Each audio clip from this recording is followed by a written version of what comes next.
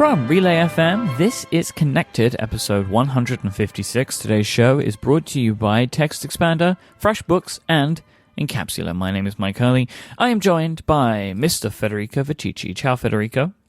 Hey, Mike. How are you? I'm good. Welcome back. How was your vacation, Federico? It's been great, but I do miss a working internet connection. So today I'm back in Rome for reasons that we'll get to in a minute. But I'm back on Wi-Fi, and it's really nice to have the ability to, for example, open web pages. You know, you start missing those things while you're at the beach. So as we record this today, which is the 21st of August, 2017, there's going to be an eclipse in America today. And I can't remember what type of eclipse it is, Federico, so I won't say it. I think it's a total eclipse. Yeah, let's go with that. We'll call it total eclipse. See, the thing is, I'm scared that that's not the exact term that you should use, so that's why I didn't say it. Right? Like, I know the moon will pass in front of the sun, and it will be completely, and I know they're talking about totality, but I was scared to say the name.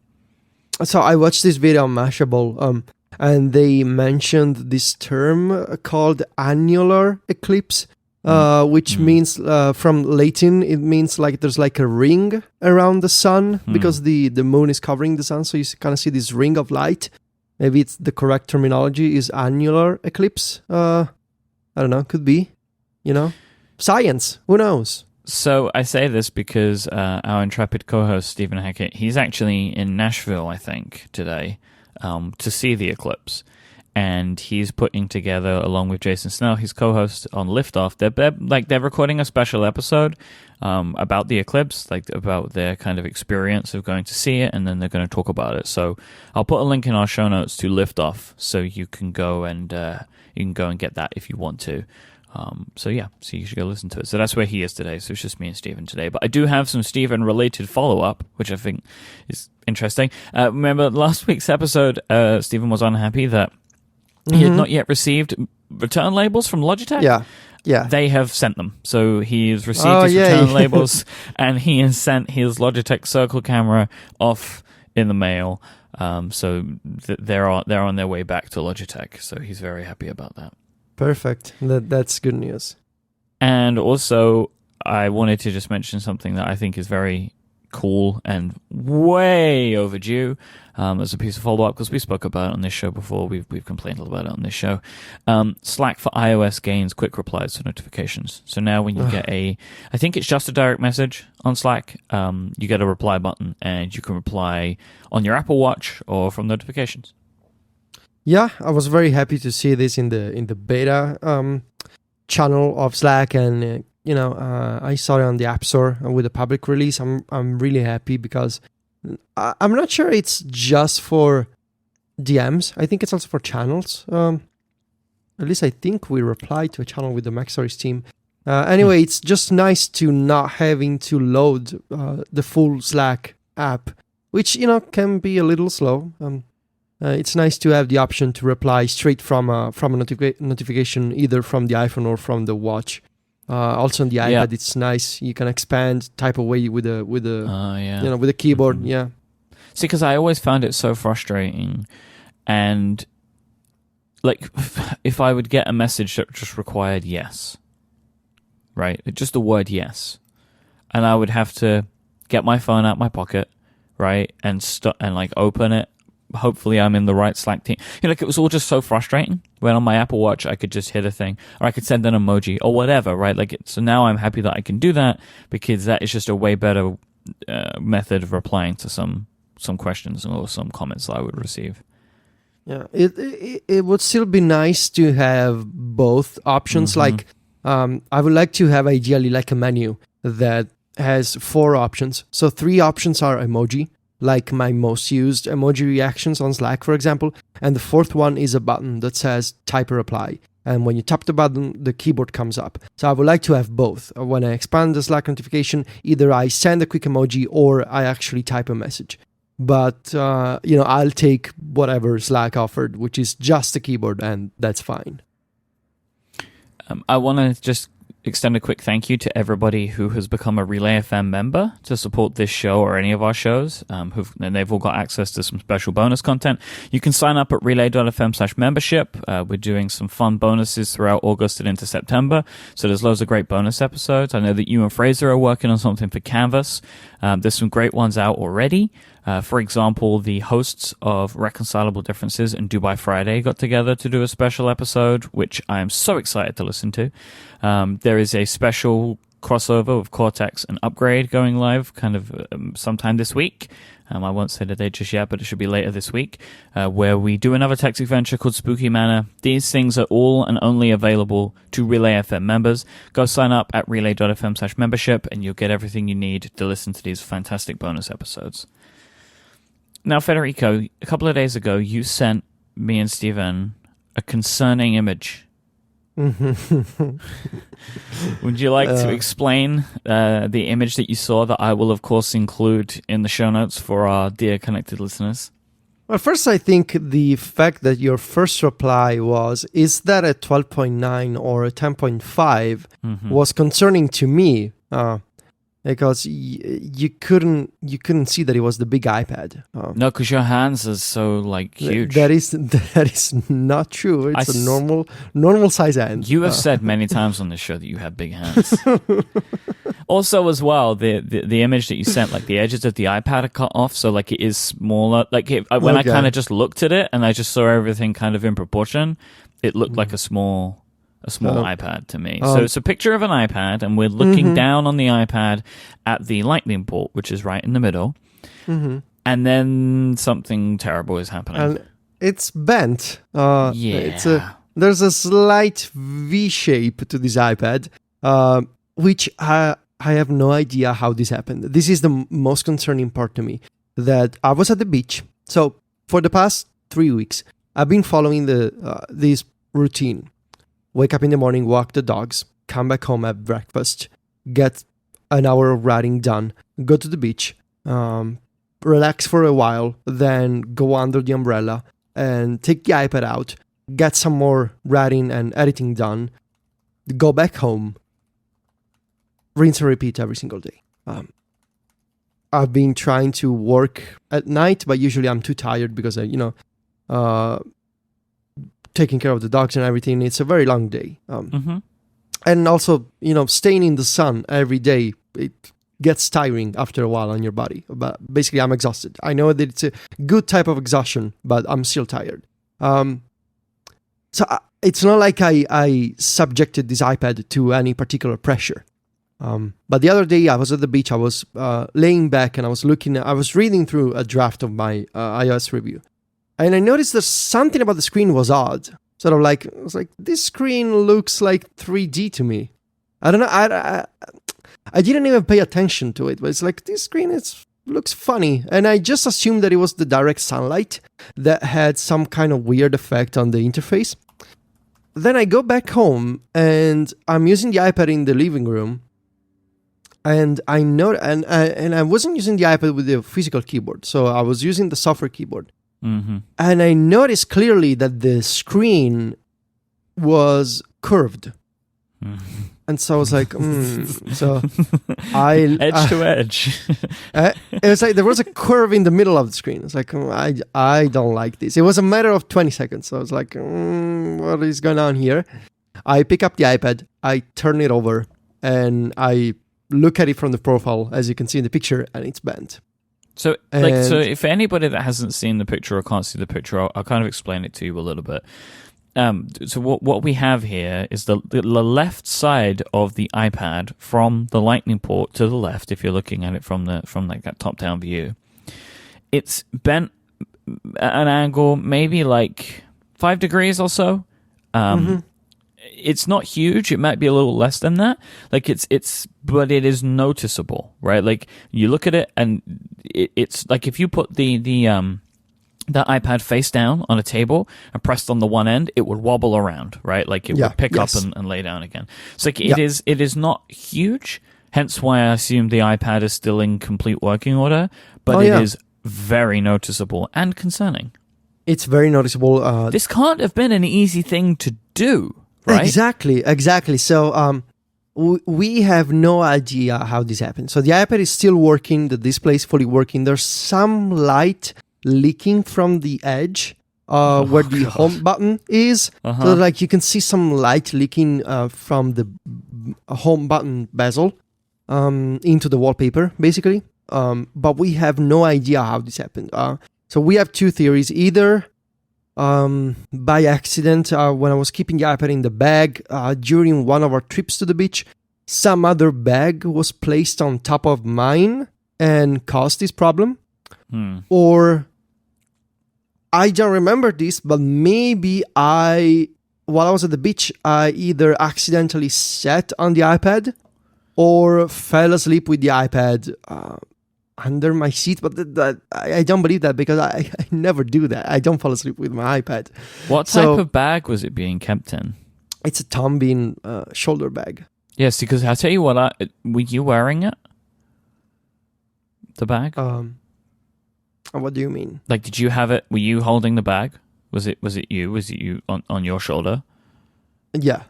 Okay, because what I would assume looking at this is, if I was going to try and guess what I think happened, it looks like it was maybe in the bag and you leant against something. Right? You know who we need. We need Dr. Drang. We need Dr. Drang to help us. To take a look at this iPad. Yeah, and to tell you what is wrong, what happened here. To take a look at the stress test for the aluminum bag and see what's going on. Something's happened. I mean, so I would just say on this, like... No, that's actually a good idea. That's what you mentioned, that I was leaning against something as the iPad was into the bag and the bag was on my shoulder. Yep, and you pressed against it. And then it's kind of bent it a little bit, because that would make sense to me. Like, I worry about that whenever I carry around the 12.9. I worry about doing this exact thing.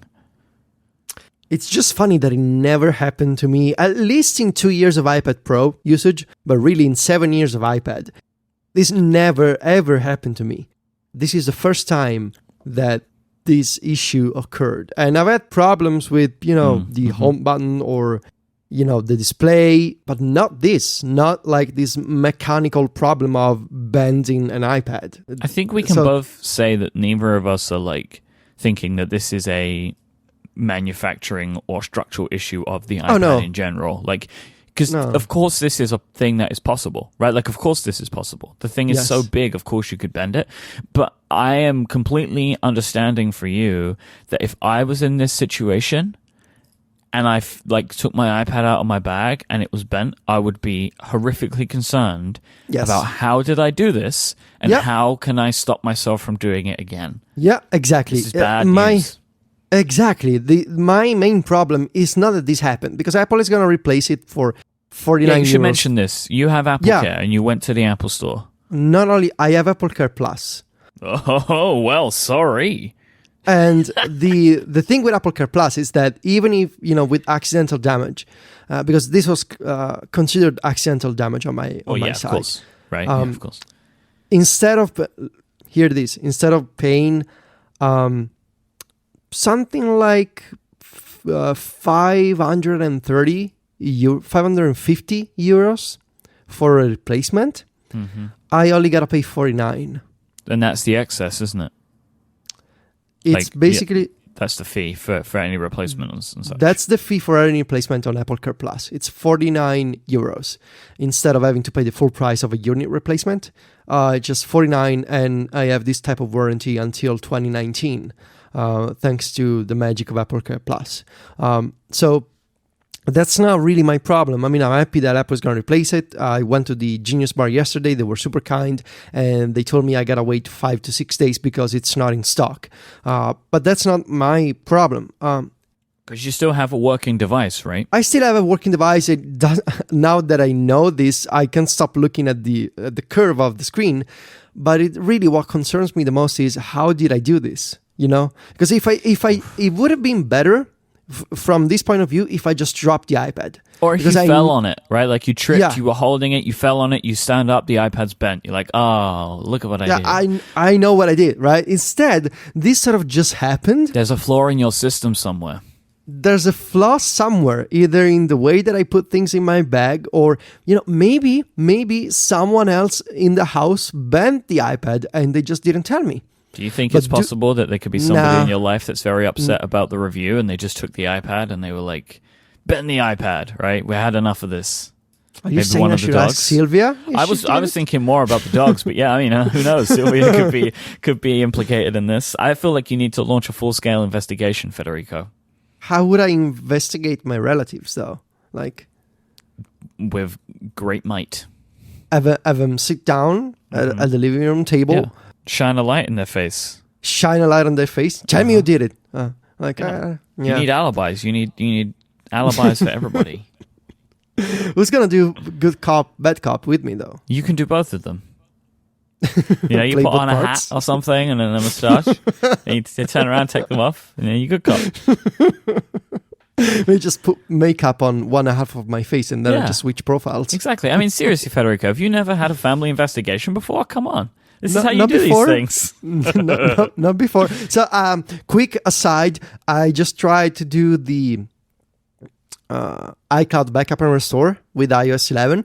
I also did a backup with iTunes because there was the possibility that Apple would replace the iPad yesterday. They didn't, but just in case I needed to be ready with the backup. So everything seems to be working as normal in terms of restoring iCloud backups from iOS 11 into a new installation of iOS 11. And also, it seems to be faster than in the past, but I had a problem with test flight apps. So if you restore a backup and you have a ton of betas from test flight, they are not automatically restored. So even if iOS restores the test flight app, it doesn't re-download the betas from test flight. It was like this on 10 too. And what I found amusing is that I had all of these placeholder icons in the iOS 11 dock, with the default icons with the white background and the grid. Yep. And I had all of these placeholders, and I tried to tap on them, and I saw the loading spinner, but then it resulted in an error message. So you need to open test flight, delete the icon placeholders, and re-download the betas manually. Oh, that's interesting. I think I found in 10, it just leaves an empty space, like there's no placeholder. But when you re-download the application, it puts it where it should be. That's how I've had it before. So I don't know, maybe they've changed it, or maybe it's not completely finished yet on 11. Yeah. So in the meantime, I thought I could buy more or new accessories for my iPad for increased protection. So my old smart cover that I've been using since 2015 has been in very bad shape lately because I've used it a lot. Yes, over 2 years old now, about 2 years old. Yeah, I was also kind of wiggling, the side where it attaches to the iPad is not as sturdy as it used to be. So I bought a new one, and it's it feels better. Like it keeps the iPad more stable. And also I bought the leather sleeve for the 12.9. A black one, which looks great. So now I will carry the iPad with a smart cover into the leather sleeve, which I know that it's not a lot of protection. It's not like a hard case that will prevent. Think it's no protection, but yeah, it's not protection. But at least it will prevent the back from scratching. Sure, and it looks nice. It looks nice, and it keeps the pencil in place. So, that's something I really didn't want to have a hard case. Also, the leather sleeve for the 12.9. Here's a life hack. If you have a slippery table or desk, I'm actually putting the Magic Keyboard and the iPad on top of the leather sleeve, and I'm using it as a typing pad. I think that's part of what it's for, honestly. Like, it's like a desk. It reminds me of a desk set, like a pen, and like you'd have like a leather area you'd put on a desk, which would be your writing area. Like, I honestly think that this is part of what they were envisioning of the usage of this sleeve, is that you wouldn't take your stuff out of it and then put it back in your bag. You take your stuff out and put it on top, and you use it as like a nice area for your desk. Yeah, and it looks really nice. The black one, the leather, looks really nice. I'm sorry this happened to you, Federico, and I hope that you can get to the bottom of it. I don't think I'll ever have an answer to this, how it happened. But it's definitely like I will pay a lot more attention to make sure that I don't put too much stuff into my bag that would maybe put, a lot of pressure onto the iPad.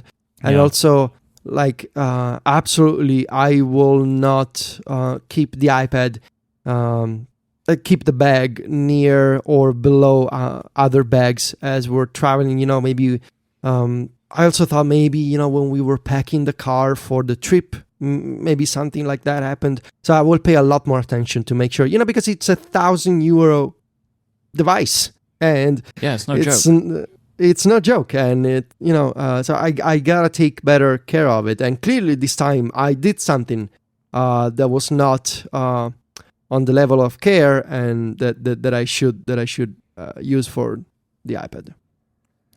All right, today's show is brought to you in part by our friends over at Text Expander from Smile. You can communicate smarter with Text Expander. You can use Text Expander to power through repetitive communication by standardizing and improving those written replies that you send every single day. With Text Expander, you can recall your best and most frequently used words by creating a keyboard shortcut, then letting Text Expander pull in the phrases that you need. For example, you can easily set up snippets for maybe your email signature, an introductory greeting that you use when you speak to somebody new, or maybe when you're emailing a new client, or maybe even a fillable template to help you take notes during a meeting. You just trigger off a keyboard shortcut. You'll get some fill-ins that you can put in, and then you're ready to go. Text Expander can also help you collaborate more efficiently in tools like Slack with text snippets, automatically press the tab key for you in a web browser or emails, making your workflow even quicker, or make it really easy for you to create text snippets from within your browser. I cannot tell you how important Text Expander is to me. Whenever I go on my Mac and I try and use my Mac and Text Expander isn't there, I think that something's broken. Like it just completely ruins everything for me. And all of my apps on iOS, I integrate Text Expander with all of the apps that I write into. That's actually a big thing for me. If I'm going to be using a writing app that doesn't have a way to enable the Text Expander library, I get very upset. I know you can use the keyboard, but because I use a physical keyboard a bunch, I like to be able to have an application that can have it built right in. And there are so many apps that are integrated with Text Expander on iOS, so the snippets are just built right into the application. If you spend any amount of your day typing, you need to try Text Expander. Get it for free for 30 days on Mac, iPad, iPhone, or Windows. Go to textexpander.com/connected to start your free trial today. We'd like to thank Text Expander for their support of this show. So, Federico, according to the Wall Street Journal, Apple is planning to spend $1 billion over the next year on original content, which could be to fund up to 10 new shows. When I saw the headline for this, I was like, okay, that makes sense. But then when I saw it was a year and they want to make 10 shows, that is incredibly ambitious. I mean, it's easy. Planner of the apps, planner of the books, planner of the podcasts. Planet of the music. Just all of them. It sounds go great. with it. I mean, it's easy. Luckily, this report is saying that Apple is attempting to try and match the quality of HBO shows, which is definitely a different approach to the current efforts that they have been putting out, because they have been making kind of crappy reality. I mean, and that was probably the idea, right? Like that they knew what Planet of the Apps and Carpool Karaoke would be, kind of like just popcorn reality shows. They haven't done very well. I think obviously they were hoping for them to be reviewed better than they have been, but this is a huge contrast to attempting to try and match HBO level content. Yeah, and what I find interesting is the bigger trend, of which, if this report is accurate, it seems like Apple is going to be part of everybody's doing their own thing. There's, Netflix is doing their own original programming. I've been doing Amazon. Successfully so for a while. Amazon, HBO. Now Disney apparently is going to do its own network. And now Apple is going to do even more of this. YouTube, of course. Yeah. It looks like we try to move away from, TV and all of these different bundles of, especially in the US with cable, you got to choose all your different channels. And now we're basically ending up with the same situation elsewhere. Now there's Apple, there's Netflix, there's HBO, and eventually we're going to have another bundle, but from internet stuff. And So do we? I want to know: do we really want to subscribe to 10 different programming services? No. And I think what the differentiator here is, and what maybe puts Apple in a if they actually do. So let's assume that everybody's doing great content, and that's already a tall order for Apple considering their previous efforts. But let's assume Apple, Netflix, HBO, they're all on the same level of quality. Where's the advantage for Apple? And I think having customers already on board with your services, whether it's iCloud or iTunes, by having customers that have already put into their credit cards into the system, that's an advantage. But we go back to the first condition to be met of, can you actually make great content? Because if you don't, and even if you have millions of credit cards on file, it doesn't matter if you don't give people interesting stuff to watch. Which, this is the big question. Can Apple actually make this kind of HBO level quality programming? And is Apple, even from a political standpoint, can Apple make, stuff like Game of Thrones? Can Apple make, stuff like The Wire or Entourage or whatever hit HBO had in the past?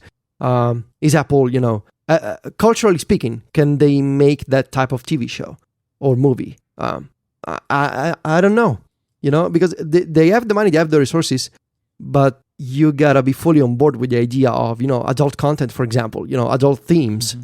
And I struggle to see, the almost family-friendly Apple doing that type of stuff. I think they're only going to do this if they do that. Like, I think that they are only going to put this money into these shows and try and attract that audience, that HBO audience, if they're willing to do this. My assumption would be that they are fine with it. They sell this content, right? My assumption is it won't be like heavily Apple branded, right? They might just be like, you get the stinger at the beginning, where it says like Apple TV or whatever it's going to be called, the service. It's not going to be TV. It's going to be TV shows about, for example, Apple's version of Narcos is called Apple Drugs. And Apple Planet of the Drugs.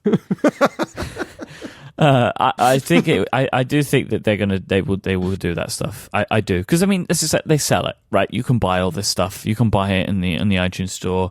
I know that it's not been the way that they've been in the past, but they've never made content before, and I feel like if they want to make really good content, they have to make content that is at least some of the stuff. Some of their 10 shows are going to have more adult themes, because in dramas and stuff like that, that's what people want to see, right? They want to see violence. They want to see nudity. Like, this is just a thing, right? It's why Game of Thrones is so popular. It's why Breaking Bad is so popular. Like, all of these shows, because they have a lot of this stuff in them, because it helps tell a wider story, which is what people are interested in. So I want to put this amount, this $1 billion, into a little bit of context.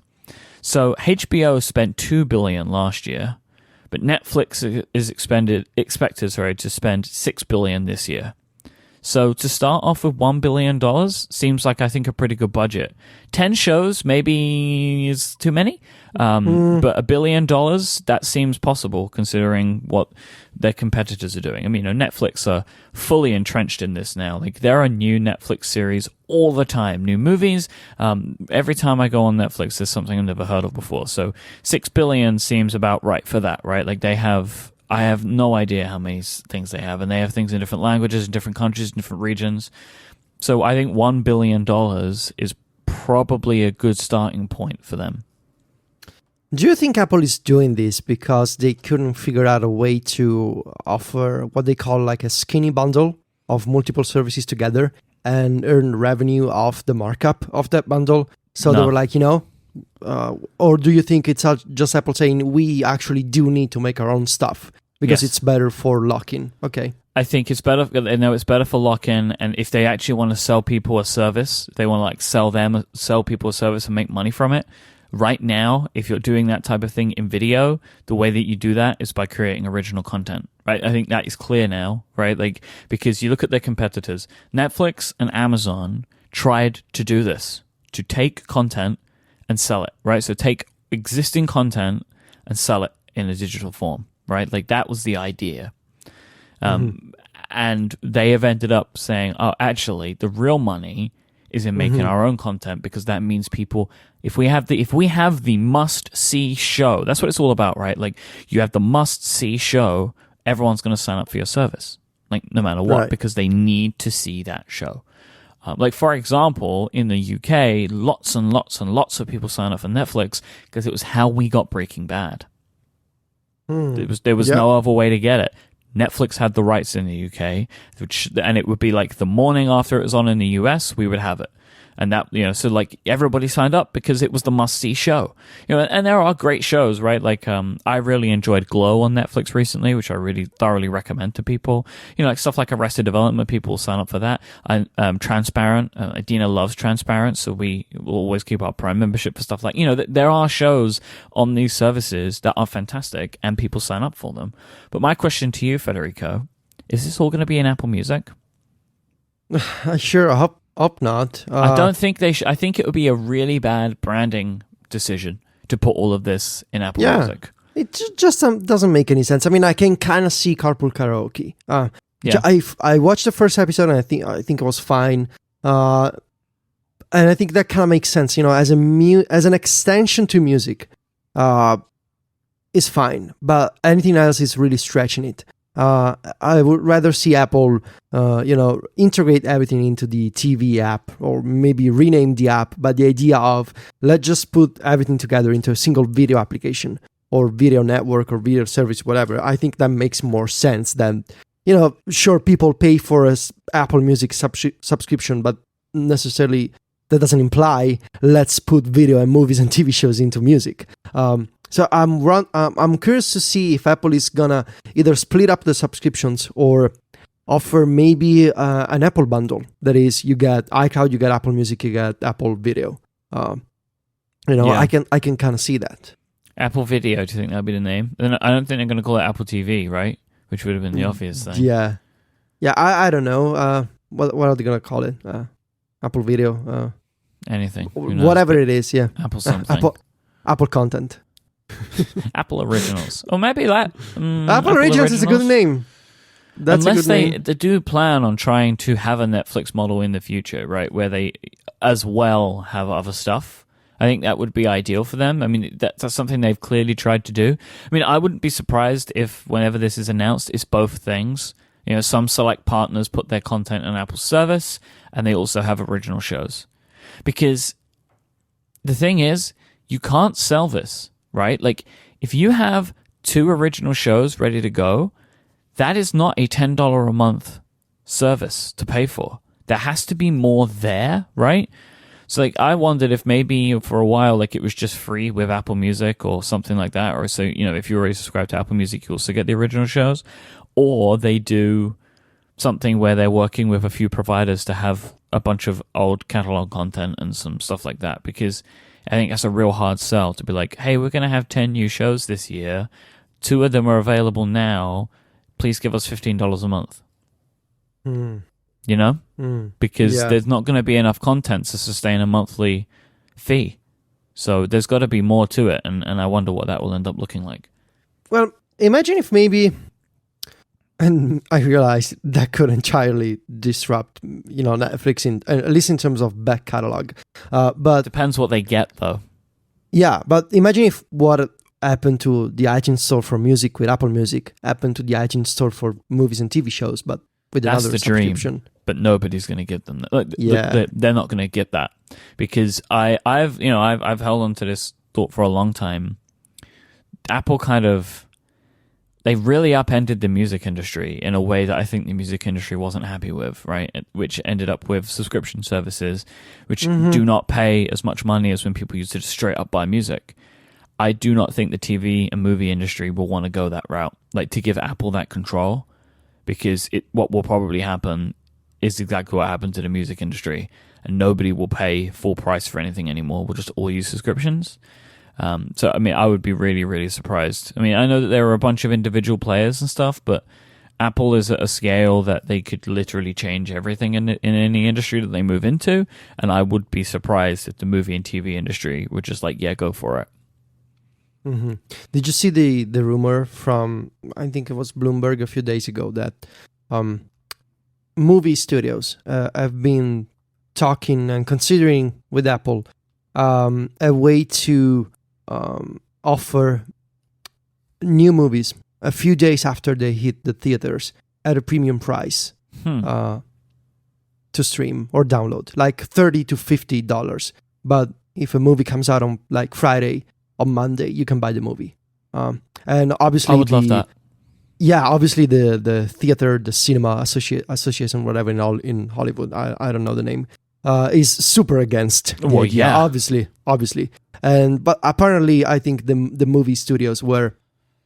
They've been thinking about something like this for a while, to give people who want to spend the money but don't want to go to the theater. Sylvia and I, for example, we have 2 puppies, and right now would be a problem to go to the theater at night and to leave 2 puppies at home. And honestly, for new movies that I want to watch in good quality, for a movie that I've been anticipating for a while, not every single week, but I wouldn't mind paying $25 to $30 for that movie. That's how much it costs to go to the cinema, right? Like, that's how much it costs. So, I would totally pay that. I would totally pay that to watch it at home because, I have a good TV setup. I like my sofa. I would do that. I would totally do this. I would totally do this. So I don't know, maybe there's a future where there's a combination of all these back catalog stuff from iTunes Store, new originals from Apple, and maybe even movie exclusives. And I could see Apple doing great with that type of service. But I feel like the core proposition of that, which is the originals, it highly depends on Apple coming up with great ideas. And unless we consider Planet of the Apps a TV show, we really don't have any TV shows from Apple. We only have, web series, such as Carpool Karaoke, adapted to Apple Music, and we have a reality TV show, which I think it's fair to say kind of, fell flat and didn't have any kind of meaningful impact. I'm wondering how many people are actually watching it. I would be so curious to know the numbers. Because there's a part of me that's like, do more people listen to Connected than watch Planet of the Apps?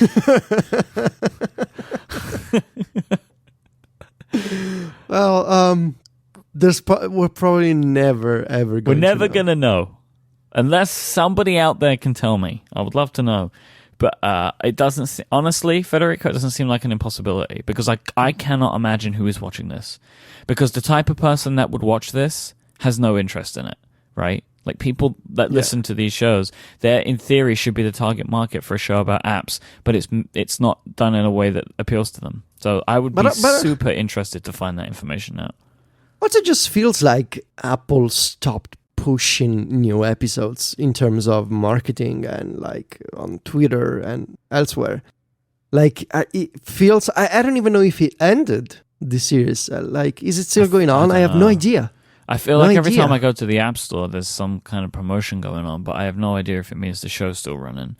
I think that they're aware that it's not doing well. I mean, if for example, episode 1 and episode 2, if the numbers like tanked, it's not doing well, so there's no point. It gets to a certain point, you're like, okay, we just need to finish the season. Like, this failed, we need to finish the season to save face, but clearly we're not going to win people back, right? Like, I've had this sort of stuff with stuff I've done in the past, right? Like, there's a thing. You know that if, like, you have 500,000 people, like, watch the first one, and then you have 50,000 people, it's bombed, and there's just no way you can recover from that. People clearly don't like it. Yeah, it's not like a TV show where like people say, "Hey, it kind of starts slow, but if you stick with the first 4 episodes, then it gets real good, and you got like 4 seasons of it." For example, Sylvia and I years ago we struggled to get through the first 2 episodes of Mad Men, and for many years we didn't watch Mad Men until we heard from many of our friends, and we decided to stick with the first 2 episodes, and then it kind of clicked for us. And we had like 5 seasons to watch. And it's not like Planet of the Apps. People will be like, hey, the first 10 episodes are terrible, but if you stick with it, then it gets real good. It's like there's a huge plot twist halfway through the season. Will.i.am is killed off. Like the escalator comes for him. That's not going to be the case. So, I don't think we'll ever see a Planet of the Apps season 2, Vida in the chat room just said that they uploaded the final episode this week. Okay, So it's done. it's done. Yeah. No spoilers, please. Sound the spoiler horn, Myke. So we're gonna spoil the ending of Planet of the Apps. Oh gosh! It turns out there were no apps all along. Gary V turns into a vampire. That's what the V stands for. Eric Q comes on, unplugs all of the Macs, Does a little and dance. it's like all the apps belong to me now. I can't wait to do it. This episode is also brought to you by FreshBooks. Freelancers, contractors, self-employed individuals. If I told you you could get 192 hours of your precious time back this year, would you do it? Well, FreshBooks can help you do that by simplifying tasks like invoicing, tracking expenses, and getting paid online. FreshBooks has reduced the time it takes for over 10 million people to deal with their paperwork. Our friends at FreshBooks make the cloud accounting software for freelancers that's so ridiculously easy to use, they can help give you all of that time back. When you email a client an invoice for FreshBooks, they can show you whether they've seen it. So you get a nice little breakdown on the invoice to show you when it was sent, when it was opened, and even stuff like when it was printed. And if they come back to the invoice again, you see a new date on it. That's really useful for me because I will send an invoice to someone. I know they've seen it. And then I'll see it again when it's going through their billing cycle because they open it up again and they print it, like maybe 2 or 3 weeks later. And I'm like, great, I don't need to chase this person. I know they're looking at it. One other thing about the chasing, which I really like, people, they pay on their own schedules. Everybody has an accounting schedule in their company. And with FreshBooks, it shows you the average time it takes for each of your clients to pay you. This is really just like a really useful piece of information for me so I know whether I need to chase up with somebody. FreshBooks can also automate those late payment email reminders to make it even easier for you, so you spend way less time chasing payments. FreshBooks may have over 10 million users, but they've managed to stay a pretty small company, which is why Forbes, on their best small companies list this year, called FreshBooks their small giant. If you're listening to this and you're not yet using FreshBooks, now is the time to try because they are offering a 30-day free trial for listeners of this show with no credit card required. Just go to freshbooks.com/connected and enter connected in the How Did You Hear About Us section. I'd like to thank FreshBooks for their support of this show and also for making my daily life a lot easier because I use their service and I love it. So go check it out, freshbooks.com/connected. Thank you to FreshBooks for their support. All right, Federico, I want to talk briefly about the Essential phone. Which is the iPhone, right? This is the iPhone is the Essential phone. That is correct, and it's edge to edge. And they're not just smaller than we imagined. Okay, let's move on. No, the Essential phone is a phone made by a company called Essential. And this is Andy Rubin's company. And Essential are making a few things they're making a few different products, and they're hoping to kind of build a software layer between all of them. They want to become the next big ecosystem. So I have watched The Verge's review by Dieter Bohn, which is fantastic, by the way. I really thoroughly recommend you go watch the video. I'll put a link in the show notes to the review. The video is right at the top of the page. You should watch it. It's brilliant. They did a really good job of it. But I wanted to talk about the phone itself. So I think this phone looks fantastic. Like I don't know how you could look at this phone today with all of the modern trends of hardware design and not want it, right? Like I think it looks beautiful. Would you agree? Yeah.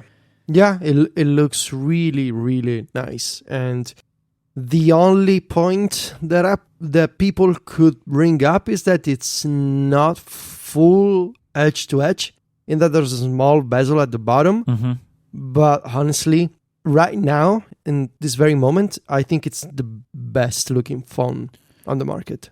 Yeah, I think it is currently my favorite hardware design available. It's not the Samsung off the top of the list. I really, really love the look of the S8, but this thing, it just looks fantastic, and it has a bunch of other little parts. Like there is no branding at all on the phone. Yeah, nothing. And there's no camera bump, and it has a black ceramic back, and it just looks fantastic. And the fingerprint sensor is in a reasonable position.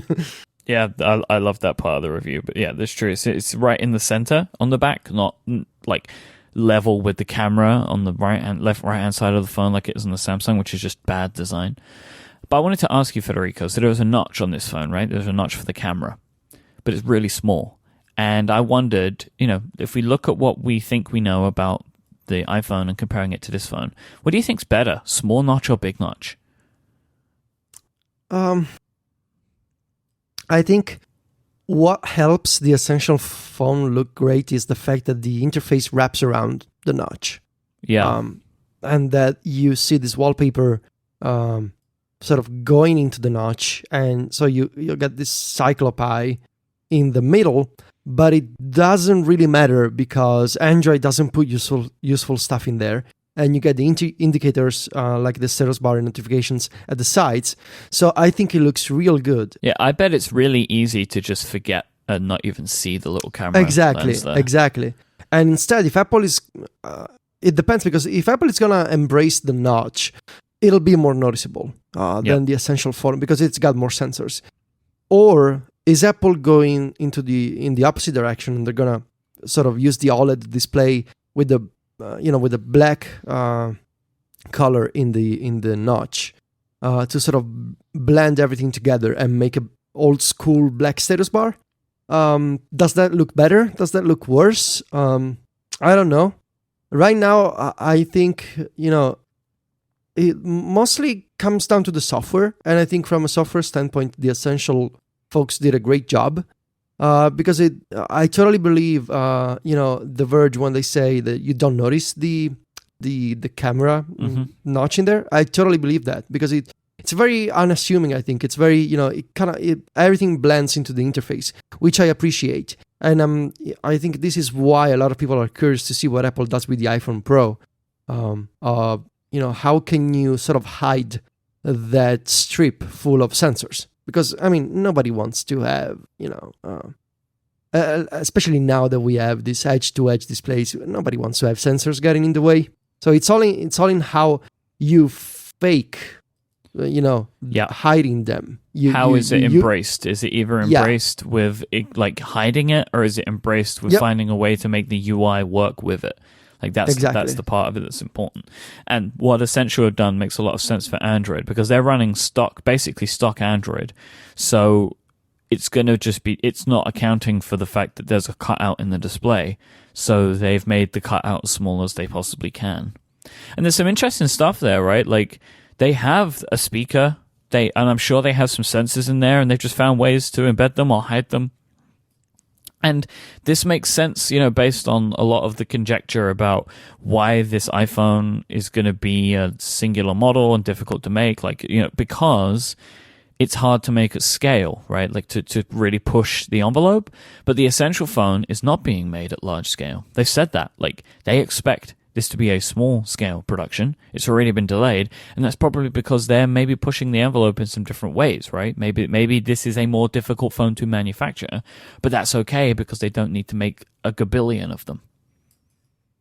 So. What do you think that edge-to-edge displays are becoming a trend, especially this year? Yeah.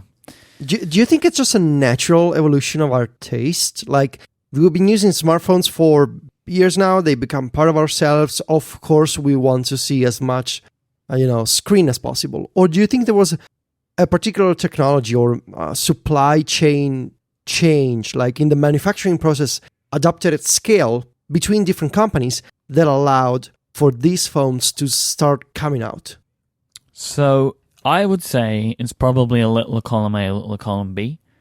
I think that it makes sense to have bigger screens, and I would expect that it started to become more and more technically possible to do it, right? Like the technology became available, so then they started to appear, right? So like I think the first one everyone saw was it the Xiaomi Mi Mix?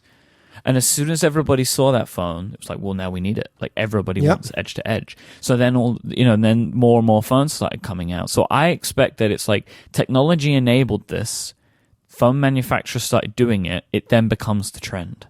So now everybody wants it. Because why would you not want a bigger screen on the phone size you already have? Like, why would you not? I don't understand why somebody wouldn't want that.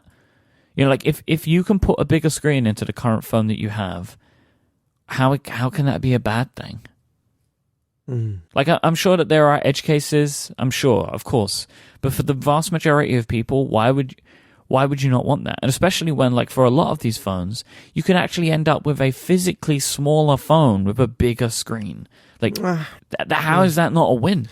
I think so. I totally agree with you. I think for some people, there's an element of the more we replace physical parts and physical buttons with software versions, there's an element of this thing is going to fail sooner or later because software gets bugs, software gets stuck, whereas physical buttons have a sense of reassurance that they will work better over time. Yeah, but before the screens got big, we already started losing physical buttons, you know? That's true, but this feels more extreme, and I think some people have that concern. I understand that. I mean, and of course, what else are we losing? Now, with the iPhone, we may lose Touch ID. So then it's like, well, is that a good thing? We won't know yet. But yeah, I do think that this is just it's a trend, and the trend, and I think it's a good trend. I don't think it's a fad. I think this is the next evolution of phone design. Bigger screens. Like, let's get rid of all the bezels. Let's push these phones to the limit. I think it's a good thing. Totally. So what's the deal with the camera on this phone? So the original review models of the Essential phone, apparently the camera was terrible.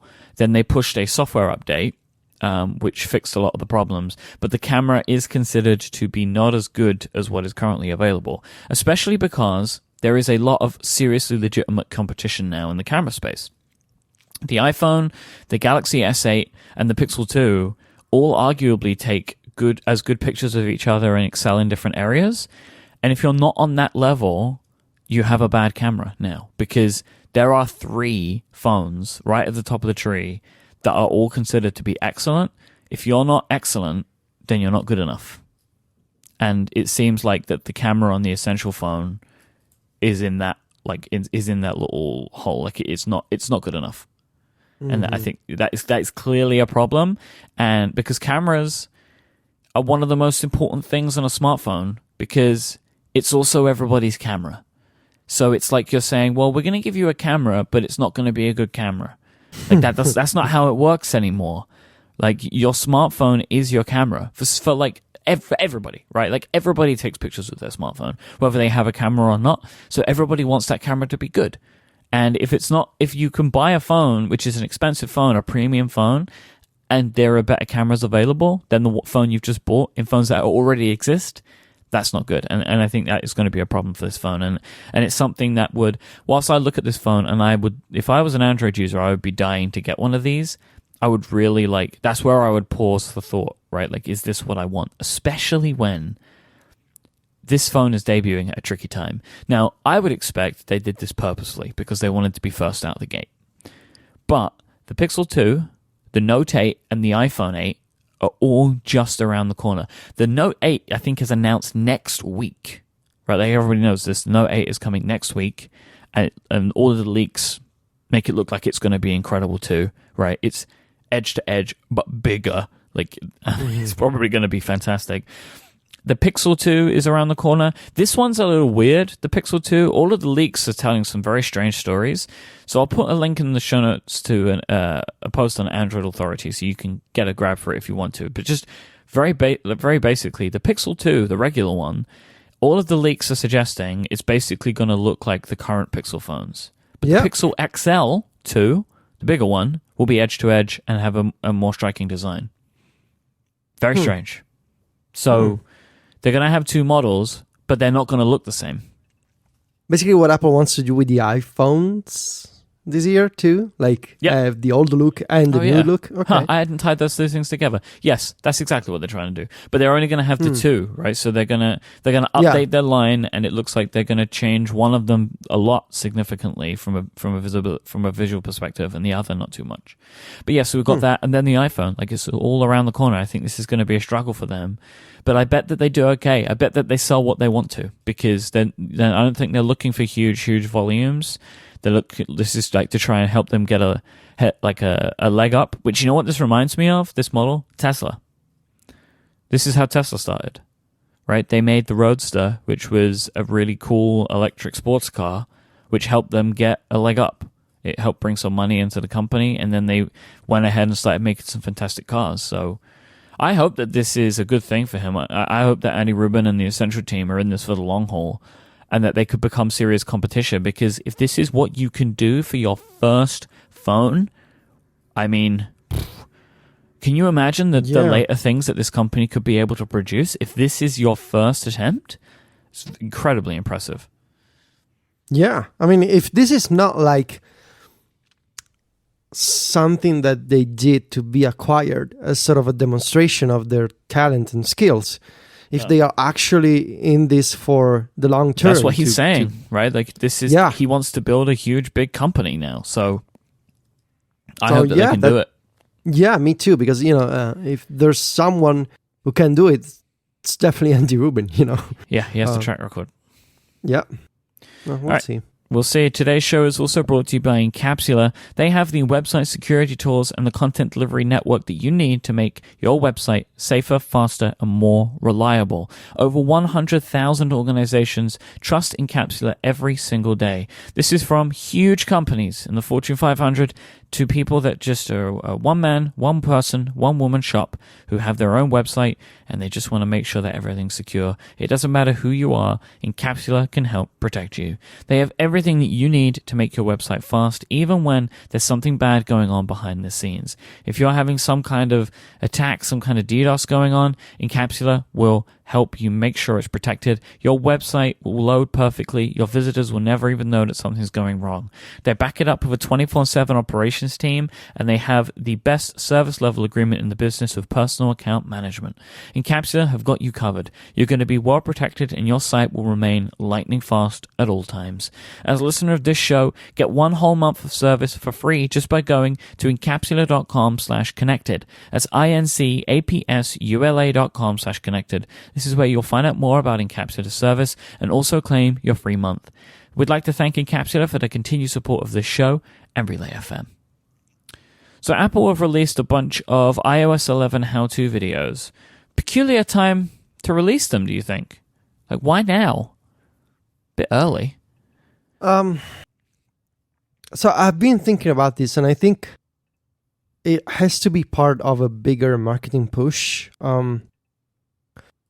Of Apple wants to start early before they have to focus and switch gears to talk about the iPhones. So maybe it's best to create some anticipation, in iPad users now, rather than sort of, waiting for the iPhone and then saying, oh, by the way, there's also the iPad. And also, it's interesting to me how they're also pushing a lot of the productivity stuff now, because the videos that they've done, we can talk about them, but the features that they selected, they are, trying to explain some really practical things to people. They're not like talking about new music app or, control center changes. They're talking about stuff like files and drag and drop, which is interesting in a marketing campaign. Mm-hmm. Yeah, they have six videos, and these are what they focus on. One focuses on the dock. One is about pencil markup. One is about files. One is about multitasking. One is about drag and drop, and one is about notes improvements. And what I love about them, they look cool. They have a really cool look about them visually. There's like good pastel colors. I love the pastel colors stuff. Whoever's doing that, just please keep doing it. They all have like these funny props in them. They have fantastic, hilarious narration, which is so dry. I love it. This is like everything I love about Apple advertising is encapsulated in this. This is it, right? This is what I love about their current style. They do a really, really great job. I know that you would agree. This is 100% the right thing for Apple to be doing right now. iOS 11 is an iPad Pro release. That's what it is, right? Like primarily, that's what's going on here. All the features that they are adding are for this. The story will change when iOS 11 is released and things like the AR apps and stuff start coming out, and we'll see what the third-party piece is. But from the what is Apple doing, what are the public-facing features that Apple are creating, it's iPad Pro stuff. Right. Yeah, I don't think the story will change too much. I mean, of course there will be AR apps, but if you try to like do this sort of exercise, think of all the iOS releases, and for each one of them, what do you associate with them? And so you would say iOS 9 was the iPad release. And there were iPhone changes, but most people remember the iPad stuff. iOS 10 was iMessage and Apple Music. And Control Center switching to Pages. And I think iOS 11 will be remembered as the iPad release. And of course, yes, AR apps. But I think in terms of changes to the OS, this is clearly an iPad-focused release. If you look at the Apple website, if you look at the marketing material that they've put together, even if you look at the developer documentation, most of the stuff is on the iPad. And you can tell that some of these features have been in the works for a while because they're surprisingly polished and rich. You know, it's not like Apple started to work on this in November. Something that I of keep 2016. reminding myself is, as much as I'm loving iOS 11, I haven't even got the ability to take advantage of it completely yet. Like drag and drop and files, I'm not even using them. Because most of the apps that I use, they have like a super clunky implementation of drag and drop because it's just baked in stuff from UIKit or whatever, right? Like it's just the basic implemented tools. Like for example, I can drag a URL into the Chrome address bar, but then I have to tap the address bar and press enter, right? Like, so, you know, like, there are things that are like a little bit wonky. So like I'm not using it very much right now, but that and like the ability to use files, like I'm already loving just taking something, saving it to iCloud Drive, and then pulling it in from an email app. I can't even imagine what it's going to be like when I have all of my document services in files. Like, I'm so excited for this, for everything to come out, all the apps to start updating. Please, everybody, all developers, please update quickly. Please. I think what you will realize, and of course, now I'm in a different position because I've been testing all of these apps for the review and for Mac Stories, but the general sense is it feels like every single part of iOS is better connected together. And not just in the sense like when iOS 8 came out, for example, we got extensions and it felt like, oh, well, now things can talk to each other. But it feels even more liberating than that. Like you have control this time. You can pick stuff up and move it around. And with files, I've been trying a few of these files providers. And when you save stuff into files, so you have a unified place, but then those documents are also displayed into the dedicated apps, you know, that have the files integration. It feels like, well, now this is awesome because I'm saving a document into files, but it's actually going everywhere. And it's a different way of working on iOS. And so if developers update quickly, this, like every year, this is the main point. For this stuff to be useful, there has to be wide developer adoption. And I have no doubt that, you know, a few months from now, we'll be complaining about someone who's still not, you know, taking advantage of iOS 11, such as Google, for example. I'm sure there will be these instances of developers who are slow to adopt iOS 11. But once you try this stuff, you know, from drag and drop to the slide over, you know, 3 apps at once, you cannot really go back to iOS 10. If you haven't listened to Canvas, Fraser and I had this discussion last week of being a visual person on iOS, so taking advantage of stuff like multi-touch and all of these different touch-based interactions, versus being more of a I think CGP Grey calls it being a summoner, of like invoking things via search or from the keyboard. And so there was that I think Fraser and I sort of came to an understanding about the differences that iOS 11 made us realize that we have. I'm more of a touch person and Fraser is more of a keyboard person. And so I think it'll be interesting to see on iOS 11 with drag and drop how many people actually use it. Because I think there's a percentage of iOS users who still use iPads as desktop computers, in the sense of, we have a smart keyboard, we have Spotlight, I want to search for stuff. And there's other folks, maybe, you know, Myke you're more similar to me from this point of view. We actually like to touch stuff on the screen. Yeah, I have this weird kind of sitting in the middle of the two of you, where I really like to use Spotlight to open applications, but once the app and stuff is open, or the document is open, I'm all hands, right? Like my hands are, you know, so I have this kind of mix, like I use the keyboard all the time. I always have the keyboard like open. That's how an iPad works for me now. but I love to use the touch stuff too. Yeah. So these changes that Apple is advertising in the commercials, and the developers can now integrate with these new features. They will be, it will be interesting to talk about them a couple of months from now, maybe in October, after iOS 11 has launched, after some developers have adopted these integrations. Because I think there will be differences between the ways that we work on iOS, and especially the ways that we work on the iPad.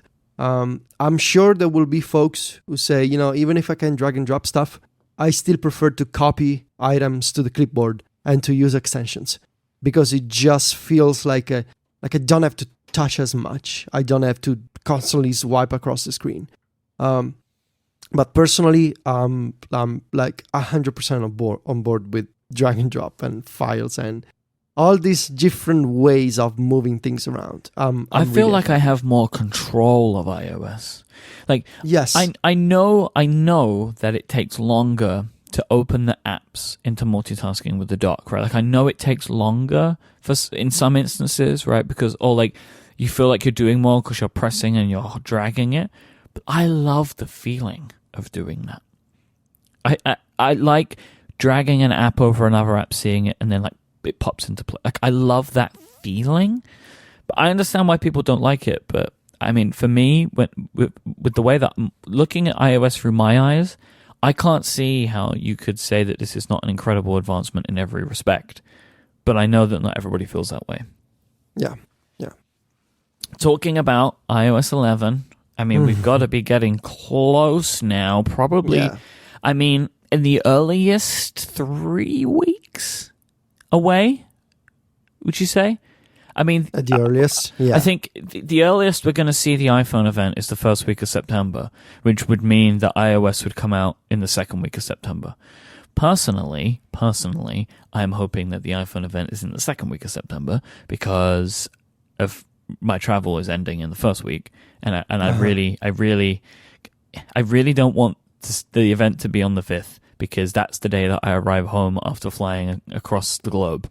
But I'm scared that it's going to be that day. But we'll see. I mean, I'm hoping they do the event on the 12th and then iOS comes out kind of maybe on the 20th or the 21st or something like that. But it is possible that it could come out in the second week of September, so that's about 3 weeks away. I say this because I want to know how the review is coming along. Have you got through the introduction yet? I have line 1 written. It's busy. I'm still taking notes.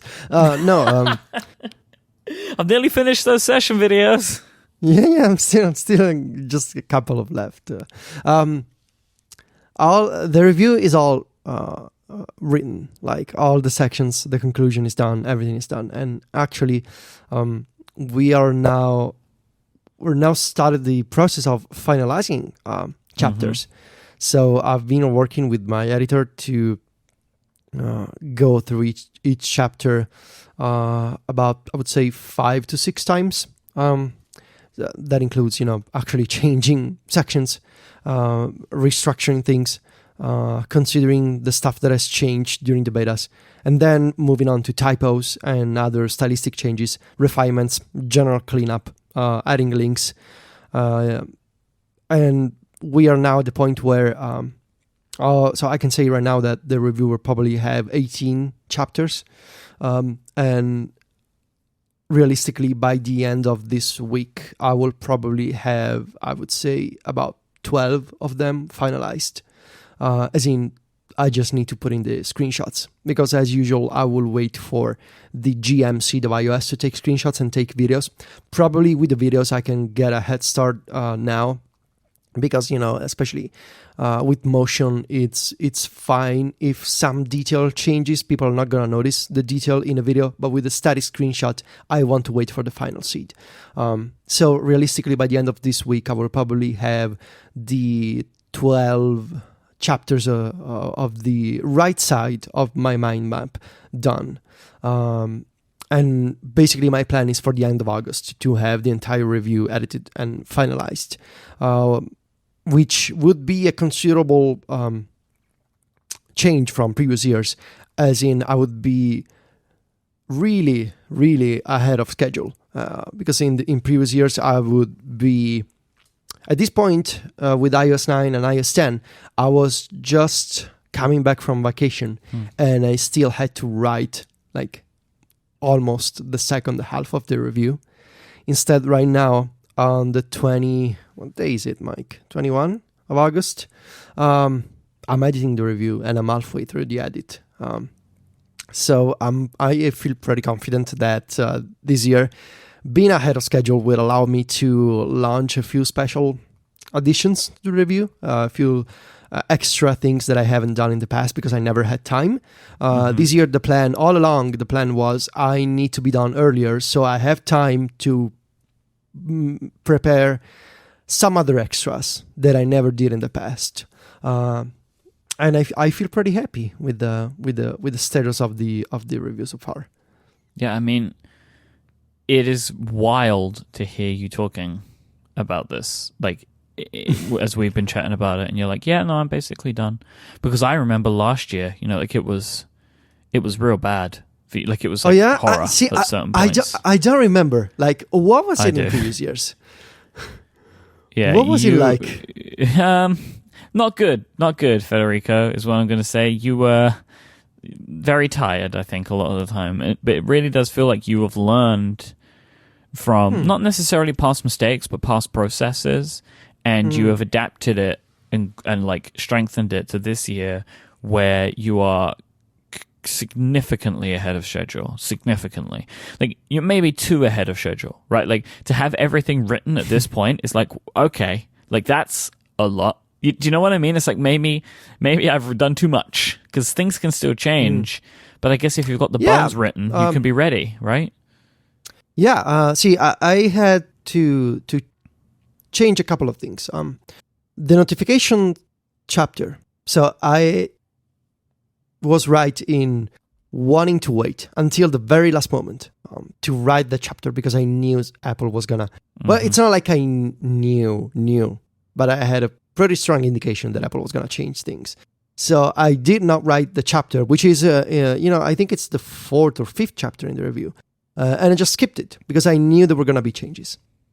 But I had still to change things. For example, yesterday, I was editing the design section of the review. And there's a bit in the design chapter where I talk about the new video player in iOS. And so I had these 2 paragraphs about the behavior of the volume slider.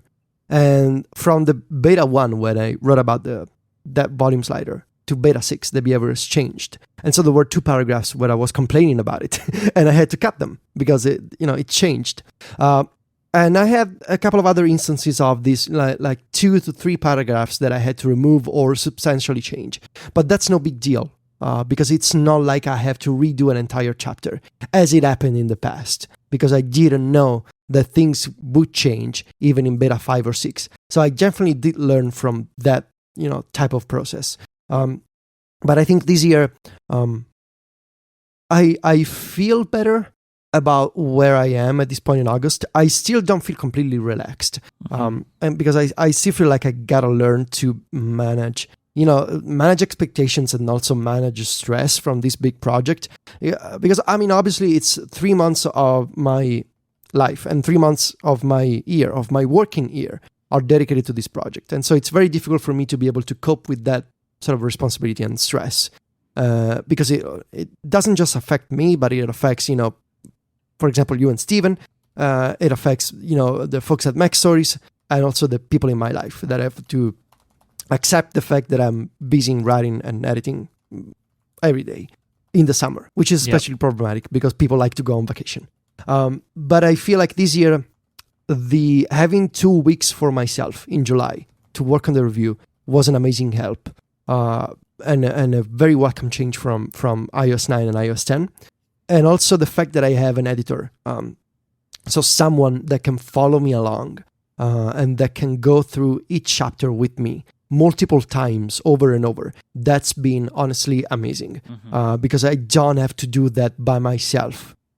And that was an incredible source of stress in the past that's been now not entirely removed, but considerably adjusted. And that feels great. Yeah, I can't even imagine. Like, to not have to be on to doing it all yourself must just be a fantastic feeling. Yeah, I still gotta take care of the creative aspect, and I still gotta, I gotta write and I gotta edit myself, and I gotta take care of everything else, the media, the research, the notes, and the links. But having a second set of eyes and a second opinion during the writing process, during the, not like in September, I have a draft and I send it off to someone and like, hey, can you tell me what you think? It's like in July and in August, during the hot months of the review, when the stuff is actually being made, I have someone that can follow me during this process. And that's great. Is there anything else you want to touch on about the review? So far, I'm still editing in Ulysses, to my surprise. I set up this system where I'm using filters to keep track of different stages for each chapter. So chapters are split up in sheets, and for the bigger ones, as you can imagine, the iPad chapter, for example, is split up in multiple sheets that are glued together with the glue sheets feature of Ulysses. And I'm using keywords to indicate the state of each chapter. So states can be edited with links, done, and another one that relates to the surprises I'm working on. And so I created multiple filters so I can view subsets of my review based on status. So the things that still need to be edited, the things that need links, and the documents that are done, and the other ones that are in a different state also. And to be able to switch between them, that's great because it's not like I always have to scroll a long list of documents. I can break it up in multiple sets, and that's nice.